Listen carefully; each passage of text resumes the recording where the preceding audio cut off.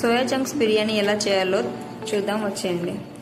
ఒక బౌల్లో పెరుగు, తగినంత ఉప్పు, తగినంత కారం టేస్ట్ చూసుకొని, కొంచెం ధనియాల పౌడర్, హాఫ్ టీ స్పూన్ జీలకర్ర powder, half teaspoon garam masala వేసి బాగా మిక్స్ చేసుకోండి.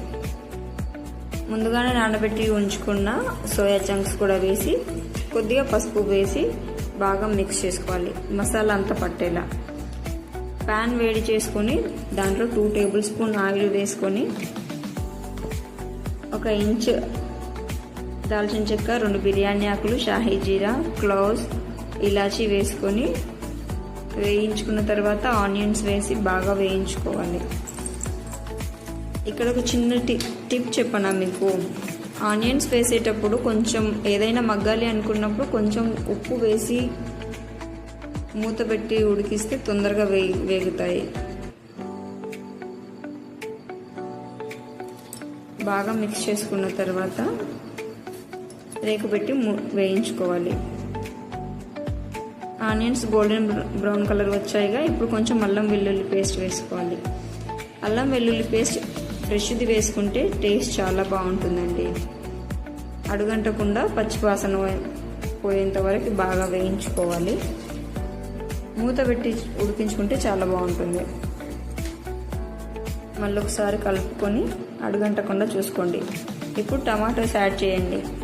టమాటోస్ యాడ్ చేసిన వెంటనే వాటర్ రిలీజ్ అవుతుంది కదండి, అడుగంటకుండా మంచిగా ఉడుకుతుంది. ఇప్పుడు కూడా లిడ్ క్లోజ్ చేసి కాసేపు ఉడికించుకోండి. ఒక 2 మినిట్స్ తర్వాత ఆటోమేటిక్గా ఉడుకుతుంది.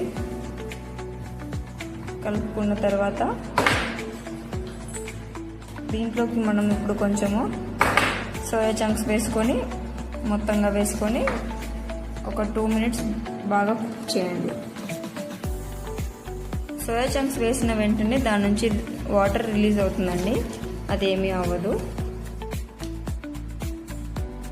లిడ్ క్లోజ్ చేసుకొని ఉడికించుకోండి. కాసేపటి తర్వాత చూసారుగా వాటర్ రిలీజ్ అవుతుంది.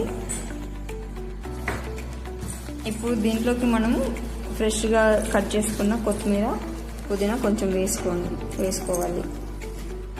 1 నిమిషం మగ్గించుకొని కలుపుకున్న తర్వాత దీంట్లోకి ఒక అరగంట ముందుగా నానబెట్టుకున్న రైస్ కూడా యాడ్ చేసేయాలి. ఫస్ట్ రైస్ యాడ్ చేస్తేను పొడి పొడిగా మంచిగా వస్తుందండి. ఒక 2 మినిట్స్ పొడి రైస్ని మాత్రమే అలాగా ఉడికించుకుంటే చాలా బాగా వస్తుంది రైస్, టేస్ట్ బాగా